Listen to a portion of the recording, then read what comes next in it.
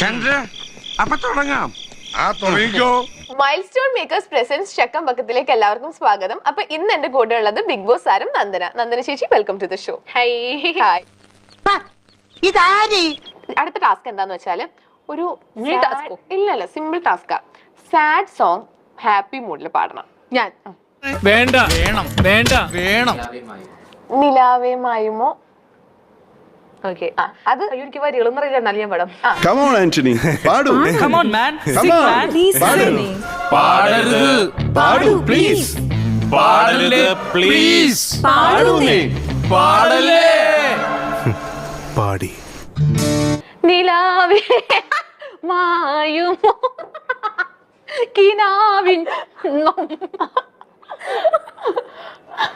അറിഞ്ഞില്ല ഉണ്ണി ഇത്ര നന്നായിട്ട് പാടുന്ന അറിഞ്ഞില്ല. ആരും പറഞ്ഞില്ല. അപ്പൊ നമ്മുടെ അടുത്ത ക്വസ്റ്റ്യൻ. ബിഗ് ബോസ് കഴിഞ്ഞ് തിരികെ എത്തിയപ്പോൾ നാട്ടുകാർക്ക് കുറച്ച് സ്നേഹം കൂടി. കൂടിയോ? കൂടിയിട്ടുണ്ട്, ഉറപ്പായിട്ടും കൂടിയിട്ടുണ്ട്.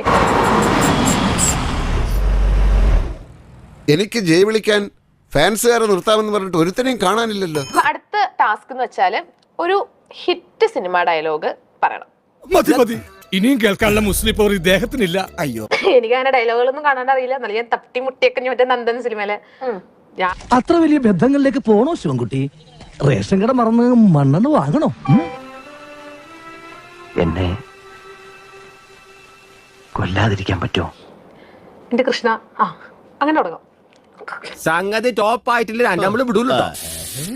Ready, 1 2 3 start. എന്റെ കൃഷ്ണ, എന്റെ പൊട്ട മനസ്സിൽ മോഹം തോന്നിയപ്പോ ഞാൻ ആദ്യം ഓടി വന്ന് ഇങ്ങോട്ടാ. ഞാനേ കണ്ടുള്ളൂ, ഞാൻ മാത്രമേ കണ്ടുള്ളൂ. എന്റെ കണ്ണനെ കണ്ണാ മകൻ. ഒന്നുമില്ല, കുട്ടിക്ക് ഒന്നുമില്ല. ആടിക്കോളൂ, നേരം വെളുക്കണ വരെ ആടിക്കോളൂ.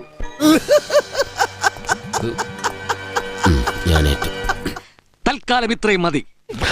എല്ലാവർക്കും സന്തോഷമായല്ലോ. എനിക്ക് സന്തോഷമായി. എല്ലാവർക്കും പിരിഞ്ഞു പോവാം.